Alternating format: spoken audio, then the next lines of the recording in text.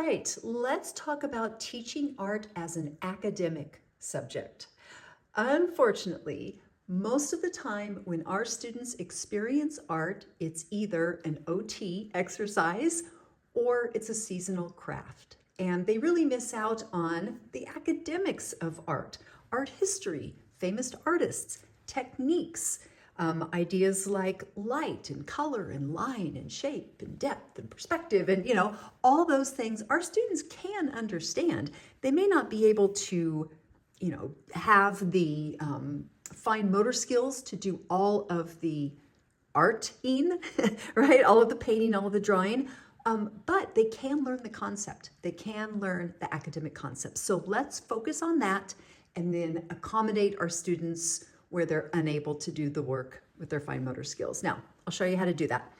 This month's project is Radiant Forest, inspired by artist Michelle Currier. She's a painter. And this is the slideshow, PDF slideshow that I've included. And it's a great way to introduce your student to the project. And you don't have to print it out. This is fine just as a PDF on an iPad or something. All right, so I would introduce this by saying this month, we are going to make a radiant forest painting. This is the one that we are going to make. It's going to look like that. And this is the one we're inspired by, this artist here. So let's learn more about her. Michelle Currier, she painted these pictures. And what do you notice about them? There's lots of light, and she paints sparkly light. She also paints a lot of water and does a lot of light work in water. So I would encourage you to go online and look at some of her work to get more familiar with it before you introduce it to your student. So, and also the reason I chose her is because our students have extra perception, right? And vision is one of those things. I have a feeling our students see the individual little pieces of light and color in water, in the sky and shadows. I think they kind of like literally see like this. So I have a feeling our students are really going to dig this project. So that's why I chose it. All right, so we're teaching academics, right? So the primary lesson of this project is warm colors and cool colors.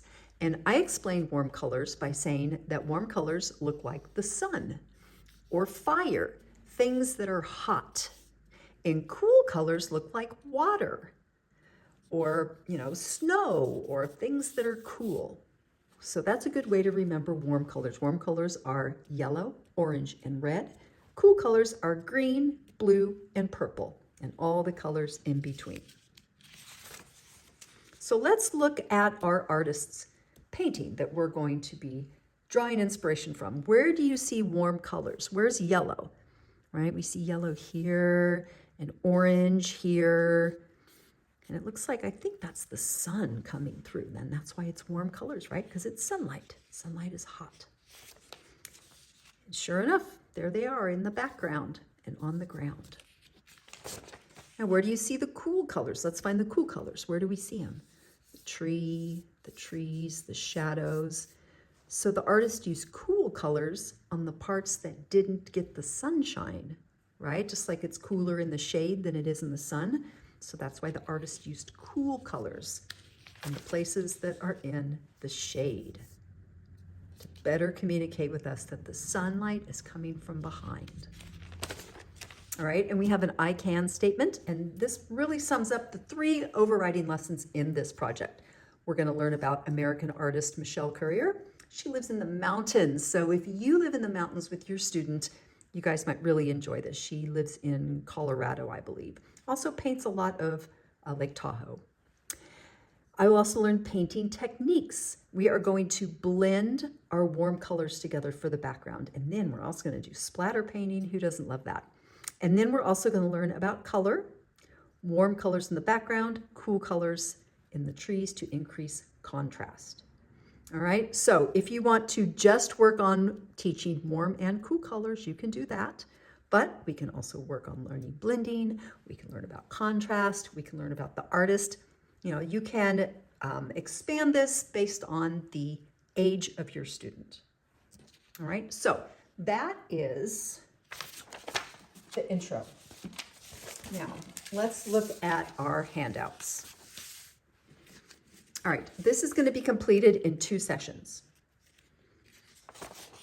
And here's everything that you'll need. Here's more information about Michelle and who she is, what she paints. Read this out loud to your student. They would find this interesting. So the first thing we're going to do is paint the background with watercolors, and we're going to use warm colors. Horizontal. These are all, if you have a speller, these are all good spelling words that you could turn this into a spelling lesson with. All right, so we're blending, which is fun with watercolors, and your student can start to paint. Your student, could do these concentric circles with the different colors if you wanted, but you will probably have to use a ton of prompting. That is fine. Your student may not want to paint. That's fine. You paint, let them watch, talk them through it. Most of our students like painting them. All right, so that's the first day. Then we let it dry. Then we cut out our trees using black paper. Now they included, here we go, a template. And the template looks quite a bit like what we're doing, right? So you could either just use the template as you cut out, and you cut them out, okay? You don't have to make your student cut these out. My student does not like cutting when precision is important. It gives him anxiety. So we erase the anxiety and I do the cutting for him. So you could use it as a guide, or you could trace it. You could put this down on a piece of black paper, trace it really hard so that when you lift it up, there's lines and you can cut. So that's helpful. All right, so as we add the trees, again, your student can cut, but they don't have to. Personally, I would do the cutting, and I would actually use the outline to make it easier. And then we're going to lay the trees down on top of our background, glue them, and then this is something additional your student can do, the highlights. Now, they want the highlights to be on the sides that are closest to the sun, which is great, but that's going to be kind of a difficult concept for your students. So I would maybe use a lot of errorless learning. Maybe you do it lightly, and then your student can come behind you with the blue and the purple and trace over it. That's probably how we'll do it. All right. And then the final fun thing is splatter painting. And you will probably have to do some hand under hand or hand over hand or some hands helping with this, but that'll be a lot of fun. We're definitely going to do that part. All right, so that is how, and then this is kind of cool too, your core standards. If you're in a state that's kind of strict and wants a lot of information on what you're teaching, you can throw that at them. All right, so you guys get it? Art as an academic subject, not as a craft, okay? Not as OT. They don't have to cut. They don't have to glue. They don't have to do the fine motor skills. They can art direct. They can tell you what color to put where, which color of blue. Let them pick it, but they don't necessarily have to do the actual coloring. All right? Any questions, please let me know. And we can go over this Q&A with Mr. Sims or something like that. All right? Thanks a lot. Have fun with your art.